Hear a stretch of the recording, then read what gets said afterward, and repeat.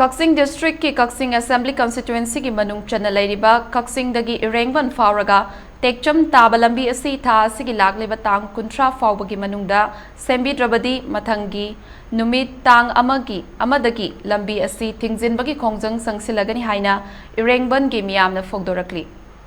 Irengband khungangbu hiram khudingda chaukhatpa lamdam ama ohenabagi pandamda People Protection Force PPF Irengband na sinduna khungang asigi miyam punduna wa khanabagi thoram ama oiriba tha amada anirak pangthokpa laikon kaba thoram gi ngasi pangthokkiba thoramda Tekcham-dagi Irengband phaoraga Tekcham taba lambi asigi matangda khanaraba matung fivam phatraba lambi asi athuba matamda semjinbiu haina miyamna hupna lambi asida thoklaktuna khongjang sangsinkhre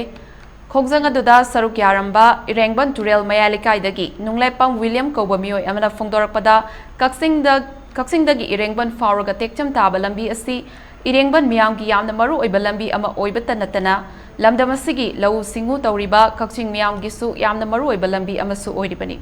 masida sunatana lambi asida high school amaga higher secondary amaga su leiri lambi asi Tekcham district lauthokibadagi ngasi fauba lengaki maikaidagi sembidri hauzik lambi asi fivam adukki matik fattabana nong khara tabada mafam kayada ising thumjinduna lambi asigi mapal tangliba mioi singda adukki matik khudong thiningai oiri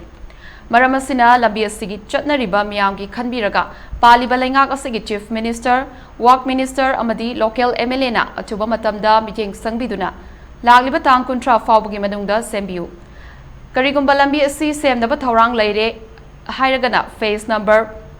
bit number amadi package kayano haiduna miyamda khanghallu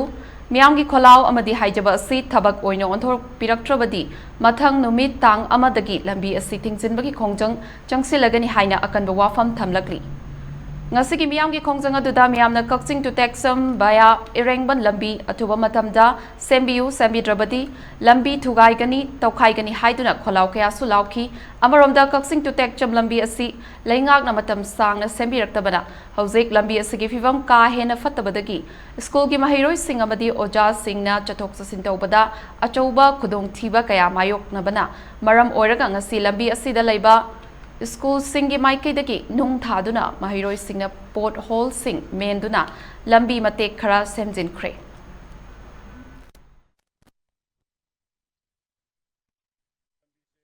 2016 dagi ngasi phau Tekcham haiba area se district oikiba June gi tang mapan dagi ngasi phau ekhoi gi lambi se amuk phok sembidri matam du leiram MLA na su semde hozik leiri MLA na su semde Karigumba semgadaba leire haitaragadi mamangda khoi pau pibi rakhiba administrative committee haiba masule kai sigi lei amadi ahal laman maira paibi ima event sing youth ki oiba khoi volunteer gi PPF hariba organization amasule je punna khana minaro matungda Karigumba lambi asi khoi gi area asida semgadaba leire haitaragadi phase number na kyano bit number na kyano package na kyano haibase khoi athubu matamda khoi gi area da Kangan biyo kay igumba ako'y na haiba prajagi oiba dimanasi tadaba tabidaba taragadi laiba ako'y June gi tang kuntra asigi manungda hairiba lambi hojiki Irengband to Tekcham via Irengband hairiba Tekcham to